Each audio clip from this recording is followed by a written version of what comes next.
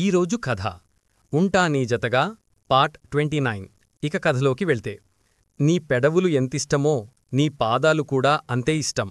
మెల్లిగా ఆమె పాదాల్ని తన ఒళ్ళోకి పెట్టుకుంటాడు రణధీర్. మిమ్మల్ని నా గుండెల్లో మాత్రమే చూడగలను సూర్య. నా హృదయంలో మీ స్థానం చాలా ఎత్తులో ఉంది. రెస్పెక్టిస్తూ ప్రేమిస్తే ఒప్పుకోరా? ఒప్పుకోనని కాదు, ప్రేమలో రెస్పెక్టుంటే ఏదో తెలియని అనీజీనెస్ ఉంటుంది. రూమ్ బయట నీ ఇష్టమొచ్చినంత మర్యాదివ్వు. మనిద్దరమే ఉన్నప్పుడు కేవలం నీ ప్రేమని మాత్రమే అందివ్వు. పట్టీలు పెట్టిన పాదాలని ముద్దాడి సావేరీతో పాటుగా బెడ్ మీదికి వాలిపోతాడు. నాతో పడుకోవడమేంటి? ఈ రాత్రి మీ రూమ్ ఏం పాపం చేసింది పాపం? అల్లరిగా అంటుంది. నిన్ను తనపై పడుకోబెట్టుకొని బెడ్ పాపం చేసిందే. మన పెళ్ళయ్యే వరకు నువ్వు అక్కడికి రానన్నావని చెప్పింది. అందుకు నేనే ఇక్కడికి వచ్చాను. టీషర్ట్ పైకి జరిపి సున్నితంగా నడుముని నిమురుతూ ముద్దుగా చెప్తాడు రణధీర్. అల్లరి వేషాలు ఆపేసి బుద్ధిగా పడుకోండి సూర్యా. కాసేపు నీతో ముద్దలాట ఆడుకొని పడుకుంటా. నో, చాలా లేటైంది. నిన్న కూడా నిద్రలేదు. డైలీ ఇలా చేస్తే మీ హెల్త్ పాడైపోతుంది. రేపటి నుండి త్వరగా పడుకుంటాలే. ఈరోజు మాత్రం నో అనకు. బుగ్గలు ముద్దాడుతూ గట్టిగా సావేరిని సైడ్ హక్ చేసుకొని తన ముద్దలాట ప్రారంభిస్తాడు. అతని చేతుల్లో మత్తుమందుకి బందీ అయిపోతూ ఆర్తిగా అతని అల్లుకుపోయి ఆ ఆటకి తన సహకారం పూర్తిగా అందించి అలసి నిద్రలోకి జారుకుంటుంది సావేరి. సావీ, ప్రేమగా ఇంకోసారి ఆమె పెదవులకి చిన్న ముద్దిని అద్ది తనలోకి పొదుముకొని కళ్ళు మూస్తాడు రణధీర్. తన బెడ్రూమ్ డోర్బెల్ సౌండుకి మత్తుగా కళ్ళు తెరుస్తుంది సావేరి. బెడ్ మీద లేని రాణా తన రూంకి వెళ్ళిపోయాడని అర్థమై ఆవలిస్తూ వెళ్లి డోర్ ఓపెన్ చేస్తుంది. ఎదురుగా సువర్ణగారు నిలబడి ఉండటంతో గుడ్ మార్నింగ్ అమ్మా, లోపలికి రా అంటూ పక్కకి జరుగుతుంది. గుడ్ మార్నింగ్ సావి, ఇవి నీకోసం మీ తాతయ్యగారు ఇవ్వమన్నారు. త్వరగా రెడీ అయ్యి కిందకిరా తల్లి అంటూ చేతిలోని వెండి పళ్ళ్యాన్ని టేబుల్ మీద పెట్టి సావేరి నుదుటిన ముద్దాడి పుట్టినరోజు శుభాకాంక్షలు తల్లి అని దీవించి వెళ్ళిపోతారు సువర్ణగారు. పళ్లెంలో ఉన్న బట్టలని నగలని ఓ నిమిషంపాటు చూసి చిన్ననవ్వుతో స్నానానికి వెళ్తుంది సావి. ప్రతాప్గారు పంపిన బట్టల్లోని ఓనీ బ్లౌజ్ని అపర్ణగారి పట్టులంగాతో మిక్స్ చేసి ఆమె ఆభరణాలనే అలంకరించుకొని తన రూపాన్ని అద్దంలో చూసుకుంటుంది. డార్క్ గ్రీన్కి లంగాకి rani pink border work blouse, work చేసి ఉన్న ఓని, పాపిట్లో ఉదయించిన కుందన్ పాపిటిబిళ్ళ, కంఠానికి నిండుగా ఉన్న లక్ష్మీ కంఠహారం, గుండెల మీదకి జారిన రాణీహారం, చెవులను చేరిన రాణీ బుట్టలు, వాటికి తోడుగా చంపస్వరాలు, నడుముని చుట్టిన జంట నెమళ్ల వడ్యానం, బుట్ట హ్యాండ్స్ కింద అందంగా అమరిన అర వంకీలు, చేతులకి నిండుగా ఉన్న బంగారు గాజులు, నడుముని దాటిన జడని ఎక్స్టెన్షన్ పెట్టి అల్లిన పట్టుకుచ్చులు, తలలో విరిసిన బంగారు పుష్పం, పొడవుగా పెట్టిన మల్లెల మాల వెరసి సావేరి సాక్షాత్తు లక్ష్మీదేవిలా నిలుస్తుంది. నార్మల్ వేర్లో నార్మల్ గర్ల్లా ఉండే తను ఆ డ్రెస్కీ జ్యువెలరీకి రాయల్గా కనిపిస్తుంటే ఆ గెటప్లో రణధీర్ పక్కన సరిగ్గా సరిపోతానని ఓ నిమిషం ఇమాజిన్ చేసుకుంటుంది. అతని హైట్కి నా హైట్ పర్ఫెక్ట్ మ్యాచ్, అతని కలర్కి నా కలర్ పర్ఫెక్ట్ మ్యాచ్, అతను ఎత్తుకి తగ్గ లావుతో ఉంటే నేను కొంచెం సన్నగా ఉండి పర్ఫెక్ట్ మ్యాచ్, అతని షార్ప్ లుక్స్కి నా బుగ్గల్లో బ్లష్ పర్ఫెక్ట్ మ్యాచ్, అతని రాజసం ముట్టిపడే నడక వెనక నా అడుగులు పర్ఫెక్ట్ మ్యాచ్, అతని ప్రేమకి నా ప్రాణం పర్ఫెక్ట్ మ్యాచ్. ఇంతలా ఎలా నాలు నిండిపోయారు సూర్య? మీ ప్రేమ నన్ను మాయచేసి మీరు తప్ప ఇంకో లోకం నా కళ్ళకి కనిపించకుండా చేస్తుంది. మీ ప్రేమతో పాటుగా ఇంత పెద్ద ఫ్యామిలీని నాకిచ్చిన ఈ బర్త్డే నా అన్ని బర్త్డేల కంటే చాలా చాలా స్పెషల్. పేరెంట్స్ని దూరం చేసుకున్న అన్లక్కీ గర్ల్ని మీ వల్ల మోస్ట్ లక్కీయెస్ట్ గర్ల్ అయిపోయాను. Love you Surya, love you so much. బుగ్గల మీదకి జారిన హ్యాపీ టీయర్స్ తుడుచుకొని ఒద్దిగగా మెట్ల వెంట కిందకి సాగుతుంది సావేరి. ప్రతాప్గారి ఆజ్ఞ ప్రకారం కుటుంబ సభ్యులు మొత్తం హాల్లోనే ఉండి లిల్లీస్ ఆర్చిడ్స్ తులిచితో డెకరేట్ చేసిన స్టైర్ కేస్ వెంట వస్తున్న సావేరిని చూసి కళ్ళు పెద్దవి చేస్తారు.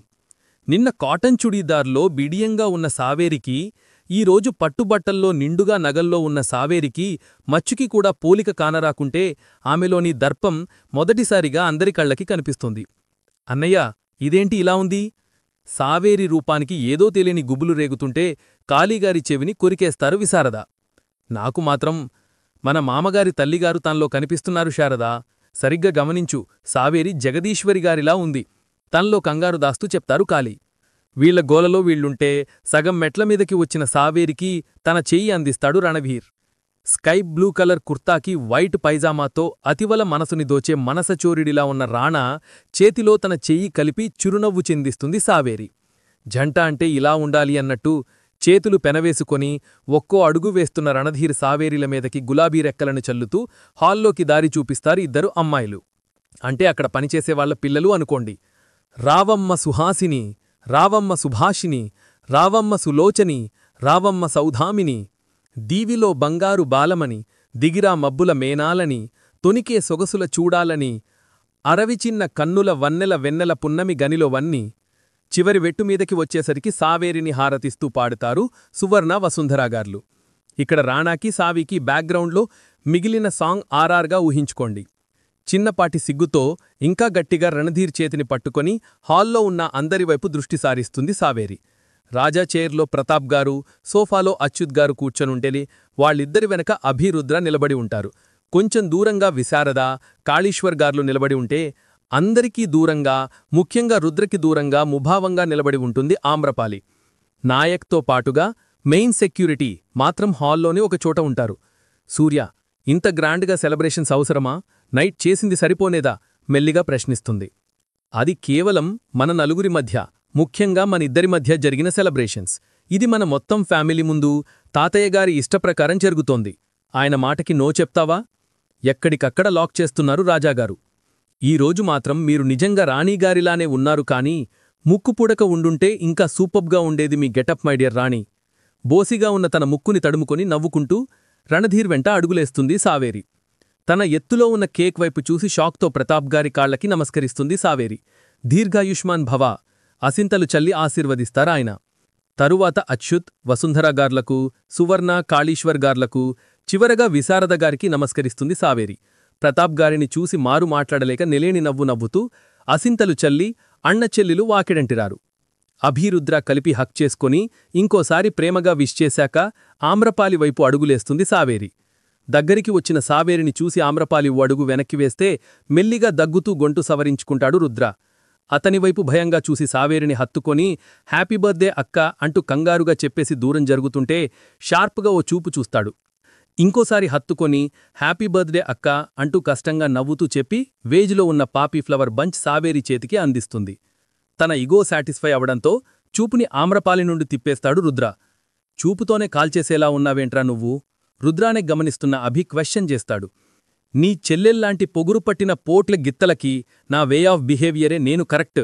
కొద్ది రోజులు సైలెంట్గా ఉండు, దాన్ని సక్కగా చేసి నీ చేతిలో పెడతా. నా చేతిలో పెట్టడం దేనికి బామా? ఆ చెయ్యేదో నువ్వే పట్టుకోవచ్చు కదా? ఏంటి? రుద్ర వాయిస్లో సీరియస్నెస్కి టెన్షన్గా అతని నుండి దూరమై రాణా దగ్గర నిలబడతాడు. ఏం చేశావురా? మాటలు వినిపించకున్నా తమ్ముడు బావా మరిదార్లు హావభావాలు గమనించిన రణధీర్ మెల్లిగా అడుగుతాడు. ఏం జరిగిందో చెప్పి పళ్ళికిలిస్తాడు అభి.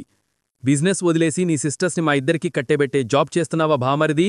సర్కాస్టింగ్గా అడుగుతాడు రాణా. ఇంతకంటే మంచి భావలు నాకెక్కడా దొరకర్రాణా, అందుకే నీకు సావేరిని సెట్ చేసేశా. నా బలుపు బ్రదర్కి ఆమ్రని చేయడానికి ఫిక్స్ అయ్యాను. వాడితో నీ చిన్న సిస్టర్ ఫ్యూచర్ జస్ట్ ఒక్కసారి ఇమాజిన్ చేసుకోరా. అభి చెంపమీద తట్టి అక్కడి నుండి సావేరి వైపు వెళ్ళిపోతాడు రణధీర్. ఫాస్ట్గా ఓ రియల్ ఇమాజిన్ చేసుకున్న అభికి రుద్ర ఆమ్రపాలితో పాటుగా తనకి తన తండ్రికి కూడా మొగుడై కనిపిస్తుంటే గుటకలు మింగుతూ రాణావైపు చూస్తాడు. బావున్నాడా మీ జాయింట్ హస్బెండ్? అభిరామ్ చూపులకి మెసేజ్తో రిప్లై ఇస్తాడు రాణా. అబ్బో, ఓ లెవెల్లో ఉన్నాడు పెద్దబావా. తిరిగి టెక్స్ట్ చేసి బుద్ధిగా రుద్ధకి దూరంగా ఉండిపోతాడభి. సూర్యబామ్మ ఎక్కడా? అందరూ అక్కడే ఉన్నా భానుమతిగారెక్కడా కనిపించకపోవడంతో తన పక్కన నిలబడిన రణధీర్ని మెల్లిగా అడుగుతుంది సావేరి. నీ ప్రతి బర్త్డేకి నీ పేరుమీదే అభిషేకం చేయించడం అలవాటు అంట కదా, అందుకే బామ్మ గుడికి వెళ్ళింది. ఆల్మోస్ట్ మహల్కి దగ్గరలోకొచ్చేసుంటుంటుంది. ఇక్కడ్నుండి ఒకటి గుడికి వెళ్ళిందా? కంగారుగా అడుగుతుంది. పిచ్చి మొహమా, గిరీష్ తీసుకెళ్లాడు. ఇంటినిండా కార్డ్స్ మైడ్స్ ఉంటే ఒక్కరే ఎందుకు వెళ్తారే? సారీ, మర్చిపోయా. పెదవరు గుండ్రంగా పెట్టి ముద్దుగా చెప్తుంది. ప్రొవోక్ చేయకు. చేస్తే జస్ట్ అందరి ముందే ఇన్ను పైకెత్తికెళ్తా. మీరన్నంత పనిచేస్తారు. నేను పెద్దతీ దగ్గరికి వెళ్తున్నా అంటూ రణధీర్ పక్కనుండి వసుంధరగారి పక్కకి వెళ్లి నిలబడుతుంది సావేరి. ఏంటే, నాతో మాట్లాడవా? కోపాన్ని నటిస్తూ ప్రశ్నిస్తారు వసుంధరగారు. నువ్వు మాట్లాడావా? అయ్యో, ఇది నా కోడలే, దీన్ని నేను ఎత్తుకుని తిప్పానని గుర్తుంటే నువ్వు మాట్లాడచ్చుగా. నిన్నట్నుండి సైలెంట్గా ఉంటే మెతకదానం అనుకున్నా గదే. బుగ్గమీత చేయి పెట్టుకుంటారు. మీ పెద్దబాబుకి మెతక పనికిరాదత్తా. పెద్దబాబు నిదానం. అవునవును, చాలా నిదానం. నాకు తెలిసినంత ఇంకెవరికి తెలీదు ఆయన వేగమెంతో. బావని కావాలని అనడం కాకుంటే రాణా ఏం చేశాడే నిన్ను? వెళ్ళి నువ్వే అడుగు. నేను చెప్పినా ఇప్పుడు నువ్వు నమ్మవులే. నీకు పెద్దబాబు ఎక్కువైపోయాడు. మాటలు నేర్చావే. తనని మించిన ఎత్తులో ఉన్న సావేరి నెత్తన మెల్లిగా మొట్టి కసురుతారు. కొడుతున్నామని రుద్రకి చెప్తా అత్తా. అమ్మనా కోడలా? బెదిరిస్తున్నావు కదే. నీకు రాణాబాబు ఎక్కువైతే రుద్రబాబుకి నేనెక్కువ. వాణ్ణి చూసి రెచ్చిపోతున్నావా? రేపు వెళ్తే మీ పెళ్లి వరకు తిరిగి మహల్కి రాడు. అప్పుడేం చేస్తావ్? ఎక్కడికి పోతున్నాడు? రుద్ర ట్రైనీ ఏసీపీ కదా, ట్రైనింగ్ డ్యూటీ కోసం మెదక్ పోతాడు. నాకు రుద్ర పోలీసని చెప్పలేదు, నేను అలిగాను. మీ అలకలేవో మీ ఇద్దరే చూసుకోండి. అదిగో బామ్మ వస్తోంది, ఆశీర్వాదం తీసుకో. కేక్ కట్ చేస్తే ఓ పనైపోతుంది సావి. వసుంధర గారి మాట ప్రకారం లోపలికొచ్చిన భానుమతి గారి దగ్గర బ్లెస్సింగ్స్ తీసుకొని ఆమె చేతిలోని పూల సజ్జ ఆమె చేతికిచ్చి, పిల్లలు మీరందరూ ఇలా రండి అంటూ 5గురు మనవళ్ళూ మనరాళ్లని ఎదురుగా పోగేసుకుని అందరి చేతికి రక్షదారాలను కట్టడం మొదలుపెడతారు భానుమతిగారు. ఇవి దేనికి బామ్మా? చేతిని ముందుకు పెట్టి ప్రశ్నిస్తాడు రుద్ర. ఇవి దేవుని పాదాల దగ్గర పెట్టి అభిషేకం అర్చనలో పూజించిన రక్ష కంకణాలు. చేతికుంటే ఏ ప్రమాదం ఉండదని, ధైర్యంగా ఉంటుందని. పోలీసోడు ధైర్యానికి దారాలను కట్టుకున్నాడని సమాజానికి తెలిస్తే నన్ను యాక్సెప్ట్ చేయరే. ఏడిసిందిలే సమాజం. ఒకడు బాగుపడుతుంటే చూసి తట్టుకోలేని సమాజాన్ని నేను పట్టించుకోను. కాని నువ్వు చెయ్యే సరిగ్గా పట్రా కోతి మానవడా. అమ్మో, వీడు పోలీసా? ఐపీఎస్ కాకుంటే చదవడానికి ఏం దొరకలేదానుడికి. రుద్రావైపు ఓరగా చూసి భయంతో ఇంకా దూరం జరుగుతుంది ఆమ్రపాలి. రేయ్, నీ తామర చెల్లి ఎక్కడికి జారుకుంటోంది? తనకి రాణాకి మధ్యలో ఉన్న అభిచెవిలో బుణుగుతాడు రుద్ర. ఆమ్రాకి పోలీసంటే భయం. నువ్వు పోలీసని పబ్లిసిటీ ఇచ్చుకున్నావుగా, సో భయంతో దూరం పోయింది. దానికి ఖచ్చితంగా పోలీస్ మొగడే వస్తాడు, చూస్తుండు. నువ్వేగా అది. చూడ్డానికి చాలా అందంగా ఉన్నావు. చిన్నబావ చూస్తూనే ఉన్నాడు. కొడితే లాఠీ మీటర్ దిగుద్ది, వెళ్ళి పని చూసుకో. కసురుకుని ప్రతాప్ గారి పక్కన కూచుంటాడు రుద్ర. లాఠీ మూరే కదా ఉండేది, మీటర్ అంటాడేంటి? తలగొక్కుంటూ తననే చూస్తున్న రణధీర్ని చూసి పళ్ళికిలిస్తాడు అభి. వాణ్ణి నీ చెల్లికి సెట్ చేస్తున్నావా, లేక నువ్వు సెట్ చేసుకుంటున్నావారా? విసుగ్గా అడుగుతాడు రాణా. నాకు నా స్టార్ చాలు. ఈవినింగ్ పార్టీకి వస్తానన్నది తాతయ్య గారికి మ్యాటర్ చెప్పి ఓకే చేసి పెట్టవా? నీ కొడుక్కి నా కూతుర్నిస్తా. ప్రేమించే ధైర్యం ఉన్నప్పుడు చెప్పే ధైర్యం లేదా? మళ్ళీ కోడలంటూ లంచమొకటి, సిగ్గులేనుకుండా. పోనీ నువ్వు కూతుర్ని గను, నేనే కొడుకునిగంట. ఆ ముసలి సింహాన్ని చూస్తే గుండె గొంతులోకొచ్చి మాటలకి అడ్డుపడుతుంది. నీ మాట తప్ప ఇంకెవరి మాట తాతగారు అస్సలు కేర్ చేయరు. లంచం తీయడంలో తప్పేం లేదులే రాణా. సిగ్గు, ఈ సబ్జెక్ట్ ఎంత తక్కువ చేస్తే అంత బెటర్. వెళ్ళి నీ చెల్లిని పెళ్లికి త్వరగా ఒప్పించు. అల్లుడు కోడళ్ళు కాదు, అల్లుళ్ళు కోడళ్ళు నీకే. అభి చెంప నిమిరి రుద్ర పక్కన సెటిలవుతాడు రణధీర్ కూడా. ఏమైందన్నయ్యా? ఎక్కడో చూస్తున్న అభిని పలకరిస్తుంది సావేరి. రుద్రాన్ రాణాతో తను చేసిన కాన్వో చెప్పి హెల్ప్ చేయరా అంటాడు అభిరామేద్. తారక వస్తానంటుంటే రమ్మని చెప్పు రాణాగారు. తాతయ్యగారితో మాట్లాడతారులే. నువ్వంటే చాలా ఇష్టం ఉన్నా ఏడిపించడం ఇంకా ఇష్టం ఆయనకి, అందుకే అలా మాట్లాడారు. నువ్వు బంగారానివిరా. సావేరి నుదుటిన ముద్దాడి ఆమ్రపాలి వైపు చూస్తాడు. ఎవరితో కలవకుండా దూరంగా ఉన్న చెల్లిని చూస్తుంటే ఓ క్షణం అభి మనసు చివుక్కనంటుంది. అత్తా తండ్రి పెంపకంలో అహంకారం ఒళ్లంతా ఎక్కించుకుని పెరిగినా వాళ్లలా మనుషుల్ని నాశనం చేసే బుద్ధులు మాత్రం చెల్లిక లేవని అభి నమ్మకం. కాకుంటే చిన్నప్పణ్నుండి రాణా నీ భర్త అంటూ నూరిపోస్తూ పెంచడంతో ఇప్పుడతన్ని సావేరీ పక్కన చూస్తూ ఎంతలా బాధపడుతుందో అర్థం చేసుకోవడానికి ట్రై చేస్తాడు అభి. పెద్దలు పిల్లలు ఆ ఇంటి నమ్మకస్తుల ముందు జైంట్ సైజులో ఉన్న కేక్ కట్ చేసి మరోసారి అందరి నుండి శుభాకాంక్షలందుకుంటుంది సావేరి. ప్రతి ఒక్కరికి కేక్ తినిపిస్తూ ఆమ్ర దగ్గరికి వచ్చేసరికి చిరునవ్వు నవ్వుతూ కేక్ తినమని పెడుతుంది. ఏదో చెప్పలేని బాధ మనసుని కమ్మేస్తుంటే తనవైపే ఒక్కో భావాన్ని నింపుకొని చూస్తున్న రుద్ర, అభి, రాణాలవైపు ఓసారి చూసి నోరు తెరుస్తుంది Amrapali. Once more happy returns of the day wish చేసి అక్కడ ఉండలేక తన రూంకి వెళ్ళిపోతుంది. బాధగా వెనుతిరిగి తనవైపు చూస్తున్న సావేరిని ఏం కాదు అన్నట్టు చూస్తాడు రణధీర్. ఫ్యామిలీ మెంబర్స్ అయిపోయాక నాయక్కి కేక్ అందించి ఆశీర్వాదం కోసం వంగుతుంది సావేరి. ఇంటి పనివాళ్లందరూ షాకై వాళ్లనే చూస్తూ ఉండిపోతారు. చీచి, ఈ ఇంటి మనుషులు పనివాళ్ల కాళ్లు పట్టుకోవడమేంటో? అసహ్యం మొత్తం గొంతులో నింపుకొని కొడుకు వినేలా పడికి అంటారు విశారదగారు. రణధీర్ సైలెంట్గా ఉండడంతో ఇంకొంచెం డోస్ పెంచుతూ, ఇంత పెద్ద ఇంటికి కోడల్ని చెయ్యాలంటే రూపం ఒక్కటి చూస్తే చాలదు, బుద్ధిగుణం కూడా చూడాలి. మురికివాడల్లో పుట్టి పెరిగిన దాన్ని తెచ్చి రాజ్మహల్లో పెట్టినంత మాత్రాన వాడాలవాట్లు పోతాయా? గట్టిగా అంటారు. బుద్ధిగుణమంటే డబ్బుమదముండడం కాదత్తయ్యా, మంచి చెడు తెలుసుకునే విచక్షణ, పెద్దవాళ్లకి మర్యాద ఇచ్చే సంస్కారం ఉండటం. నేను నాయక్గారిని పెద్దన్న మర్యాదతో రణధీర్గారిని ఆడించారన్న గౌరవంతో ఆశీర్వాదం అడిగాను. కాని ఆయన ఇంటి మనిషా, ఇంటి బయట మనిషా అని చూసి కాదు. నేను మురికివాడల్లో పెరగలేదు, అలాగే నా మనసులో ఏమాత్రం మురికిలేదు. మహల్లో ఉండే మీకదెక్కడో అంటుకున్నట్టుంది, శుభ్రం చేసుకోండి. వినయానికి పొగరు కలిపి సమాధానమిస్తుంది సావేరి. ఆమె మాట్లాడాలనే సైలెంట్గా ఉన్న రణధీర్ సావేరి ఆన్సర్కి స్మైల్ చేస్తూ, నీకు నేను ముందే చెప్పాకదే స్వీటీ, నువ్వు మహల్లో అడుగు పెట్టక పొగరుగా ఉండాలి తప్ప అణుకుగా ఉంటే వర్కౌట్ కాదని. నేనెందుకలా అన్నానో ప్రాక్టికల్గా ఇప్పుడు తెలిసిందా అంటాడు. బాగా తెలిసింది రణధీర్ గారు. షార్ప్గా ఓ చూపుని విశారదగారికి గిఫ్ట్ చేసి, మీరు ఇంటి మనిషే నాయక్ గారు, ఆవిడి మాటలు పట్టించుకోకండి అని చిరునవ్వుతో చెప్పి రానా పక్కన నిలబడుతుంది సావేరి. ఇంటి మనుషులతో సహా మేడ్స్ కూడా సావేరి సమాధానానికి నవ్వుతుండేసరికి అవమానంగా అనిపించి, రానాబాబు, నీ తల్లిని నీ కాబోయే భార్య తక్కువ చేసి మాట్లాడుతుంటే సమర్థించడం మంచి పద్ధతి కాదు ఆవేశపడతారు. ఫస్ట్ థింగ్, మీ అందరికీ సావేరి నాకు కాబోయే భార్యమో, నా వరకు తను ఆల్రెడీ నా భార్యనే. ఇంకా సెకండ్ థింగ్, నేను సపోర్ట్ చేసింది సరైన దాన్నే. సావేరి తప్పు చెయ్యదు, ఇది నా అభిప్రాయం మాత్రమే కాదు, నా నమ్మకం.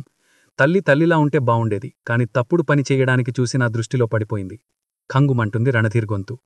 తాము చెయ్యాలనుకున్న విషయం అతనికి తెలిసిపోయిందేమోనని విశారద కాళీగార్లు ఒకరి మొహాలు ఒకరు చూసుకుంటూ మెల్లిగా అక్కడ్నుండి జారుకుంటారు. అందరూ కూడా దేన్నో సెన్స్ చేస్తూ రణధీర్ వైపు చూసేసరికి ప్రతాప్ గారి వైపు చూస్తూ, చెప్పే టైం వచ్చినప్పుడు నేనే చెప్తాను తాతయ్య గారు, మీరెళ్ళి రెస్ట్ తీసుకోండి అని ఆయనకి చెప్పేసి ఈవినింగ్ పార్టీ కోసం ఏర్పాట్లు త్వరగా చేసేలా చూడమని నాయక్కి పురమాయిస్తూ తన రూమ్కి వెళ్ళిపోతాడు రణధీర్. హాల్లో మిగిలి వాళ్లందరూ బ్రేక్ఫాస్ట్ చేసేసి ఎవరి రూమ్స్కి వాళ్లు డిస్పాచ్ అయితే తన కోసం రాణా కోసం ప్లేట్ పట్టుకుని పైకి వెళ్తుంది సావేరి. రుద్రాతో కలిసి తన రూమ్కి వెళ్తున్న అభి ఫస్ట్ ఫ్లోర్ వచ్చేసరికి నువ్వెళ్ళు, నేను మళ్ళీ వస్తాను అంటూ ఆమ్రపాలి రూమ్ వైపు అడుగులేస్తాడు. చెల్లిమీద ప్రేమ పొంగిందేమో వీడికి, రెక్లెస్గా అనుకుంటూ తన రూమ్కి వెళ్లి బాల్కనీలో నిలబడి సిగరెట్ ముట్టిస్తాడు రుద్ర. ఆమ్రా, ప్రేమగా వినిపిస్తున్న అభి వాయిస్కి కళ్ళు తుడుచుకుని బెడ్ దిగుతుంది. ఎందుకురా ఏడుస్తున్నావు? ఎర్రగా అయిపోయిన కళ్లను చూసి బాధగా అనుగుతాడు అభి.